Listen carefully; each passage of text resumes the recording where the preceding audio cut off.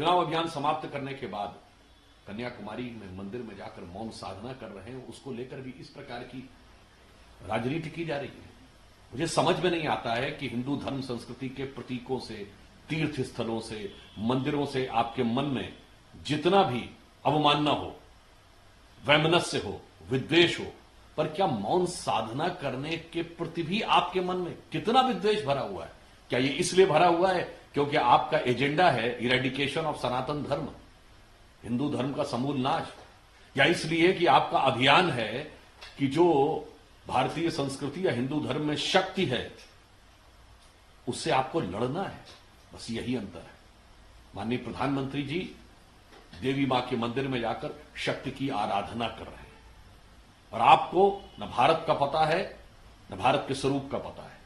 जिस क्षण वो जाकर कन्याकुमारी के उस मंदिर में श्रद्धा से, शुद्ध अंतःकरण से देवी की आराधना करते हैं तो उस क्षण कोई भी भारतीय किसी भी कोने में जाकर यदि देवी की आराधना करे तो स्वतः उसका भाव उत्तर में वैष्णो देवी, पश्चिम में मुंबा देवी, पूर्व में कामाख्या देवी, त्रिपुर सुंदरी या कोलकाता की काली मां या विंध्यवासिनी जी से जुड़ जाता है। और इतना ही नहीं, यदि कोई हिस्से हमारे देश में नहीं भी हैं तो बलूचिस्तान की हिंगलाज माता से भी जाके जुड़ जाता है।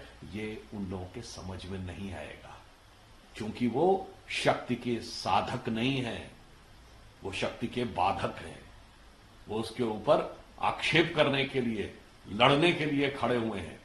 इसीलिए उन्हें यह समझ में नहीं आएगा कि माननीय प्रधानमंत्री जी उस विवेकानंद रॉक पे जाके साधना कर रहे हैं जहां स्वामी विवेकानंद जी ने साधना करने के बाद यह उद्घोष किया था कि भारत माता दिव्य शक्ति के साथ युक्त होकर पुनः विश्व का मार्गदर्शन देने के लिए आने जा रही है और वो समय एक शताब्दी दूर है और एक शताब्दी बाद वह समय दिखने लगा। उन्हें समझ में नहीं आएगा क्योंकि उन्होंने तो वंदे मातरम से वो हिस्सा भी हटा दिया था जो भारत की इस शक्ति के उस स्वरूप को दिखाता था जो सिर्फ हमारे यहां गाया जाता है, जो हम कहते हैं अबला केनोमा एत बोले, बहुते तुमिमा शक्ति, हृदय तुमिमा भक्ति, तुम दुर्गा दश प्रहर धारणी, कमला कमल दल विहारणी। तो वो दुर्गा के रूप में कमल के ऊपर विराजमान मां है, आपको वो समझ में नहीं आएगा। इसीलिए बहुत कष्ट और वेदना के साथ हमें यह कहना पड़ता है कि एक उस मौन तपस्वी राजनेता के जिसने मोदी जी के रूप में अपने को यह आदर्श दिया कि यह तन समर्पित, मन समर्पित और यह जीवन समर्पित, चाहता हूं देश की धरती तुझे कुछ और भी दूं, और वो स्वयं बोल चुके हैं कि वो गाली प्रूफ हो चुके हैं। मगर मुझे लगता है ये वो लोग हैं जिनके कलेजे पर सांप लौट रहा, वो कहते हैं कि साहब टीवी में दिख क्यों रहा है। यानी कभी इस बात का बुरा नहीं लगा कि जब वो रोजा अफ्तार की दावत करते थे तो ना बुलाने वाला रोजादार होता था, न आने वाला रोजेदार होता था, न खाने वाला रोजेदार होता था, उसके बाद भी जम के प्रचार होता था।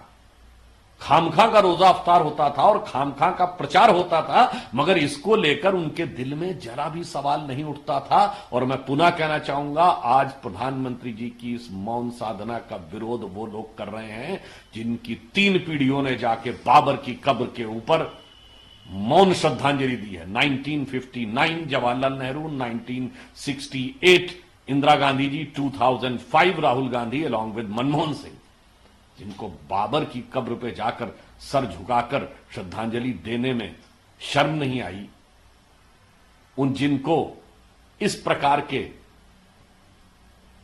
धार्मिक आयोजनों का प्रचार करने में शर्म नहीं आई, वो आज एक मौन साधना करने वाले प्रधानमंत्री के ऊपर इस प्रकार की जो आलोचना कर रहे हैं वो बहुत दुखद और कष्टकारक है। कितना मिनट? प्रधानमंत्री श्री नरेंद्र मोदी जी के नेतृत्व में चलने वाली हमारी सरकार के कुशल आर्थिक प्रबंधन और सुदृढ़ और दूरदृष्टि आर्थिक नीतियों के चलते हुए आज यह स्थिति आई है कि मानो इतिहास के काल चक्र की गति उलट गई है। अब भी भारतीय रिजर्व बैंक ने 100 टन सोना इंग्लैंड से वापस मंगाने की प्रक्रिया शुरू हुई है। देशवासियों को याद होगा, एक दौर था 1991 फरवरी का महीना, जब भारत ने अपना सोना गिरवी रखा था एक दौर था जब फॉरेन एक्सचेंज रिजर्व 1 बिलियन के नीचे था 1991, और एक दौर था जुलाई 91 और सितंबर 91 जब 2-2 बार रुपए का अवमूल्यन हुआ था।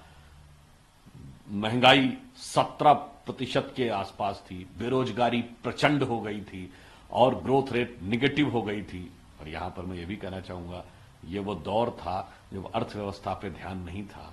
लोग मंदिर मस्जिद की राजनीति करते हुए मस्जिद निर्माण का संकल्प ले रहे थे, और आज हमने मंदिर निर्माण का संकल्प लिया था, मंदिर भी निर्माण हुआ है। $648 बिलियन का फॉरेन एक्सचेंज रिजर्व भी हुआ है। महंगाई की दर 5% से कम होकर नियंत्रित हुई है। और ये एक सुखद संयोग देखिए, आज 100 टन सोना वापस आने की एक बहुत उत्साहवर्धक खबर भी आई है, जो दर्शा रही है कि आने वाले समय में भारत को मोदी जी के नेतृत्व में तीसरी आर्थिक शक्ति बनने से, तीसरी बड़ी अर्थव्यवस्था बनने से कोई रोक नहीं सकता। ये उसके